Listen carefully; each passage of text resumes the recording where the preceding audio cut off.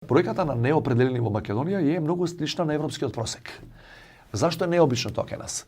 Затоа што во оваа ситуација, која имаше онаква власт 10 години, онаква нахална диктаторска власт, чудно е што се уште постои тој објективно висок процент за ваква власт. Инаку тоа е европски просек, че околу 32% од луѓето велат не сум решил се уште. Ќе гласам, најверојатно, ама не сум решил. Работава е во тоа што ние немаме редовна ситуација во Македонија. Имаме воредна ситуација. Ова не е избор, не знам, во Белгија или во Холандија.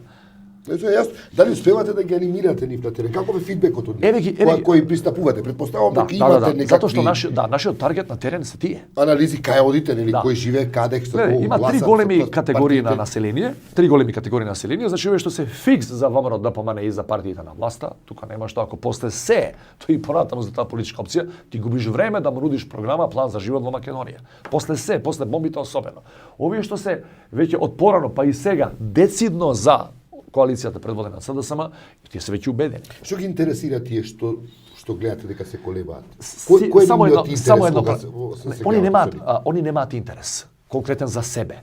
Тие само се плашат да не биде исто. По промената на власта да не биде исти калапот на раководење. Вели, која е гаранцијата дека Заев или сите други што ќе бидат со него, дека нема за година-две да бидат исти како овие, бидејќи и овие ветуваат 2005-2006 година кога дојдоа на власт, дека ќе бидат, како беше главниот слоган за Груевски, дека он е техноменеджер, технократ. Нити има врска со историското ВМРО, него ама 24/7 работи. Ние после видовме неговата диктаторска природа. Никој, јас сум разговарал да не именувам сега негови претпоставени во тогашната влада. Дури оние што го промовирале на таа позиција. Најконкретно човекот кој го промовирал, мене ми тврдеше дека не можеме да сонуваме дека во ова ќе се изроди тој човек. И сега луѓето се изгорени и сега дуваат и на јогурт. И велат, да не сте исти како нив. Како ги убедувате дека не? Секој со своето CV. Сега не можам да зборувам за сите. Знаете, и кај нас, и во оваа голема шарена коалиција објективно, има секакви луѓе. Ја не можам да гарантирам дека баш сите и 3 до 4 илјади луѓе ќе ви требаат да ги пополните со квалитетни професионални кадри и вториот, третиот така натаму ешалон во власта, не само 15-20 министри. Ти не можеш да гарантираш за се.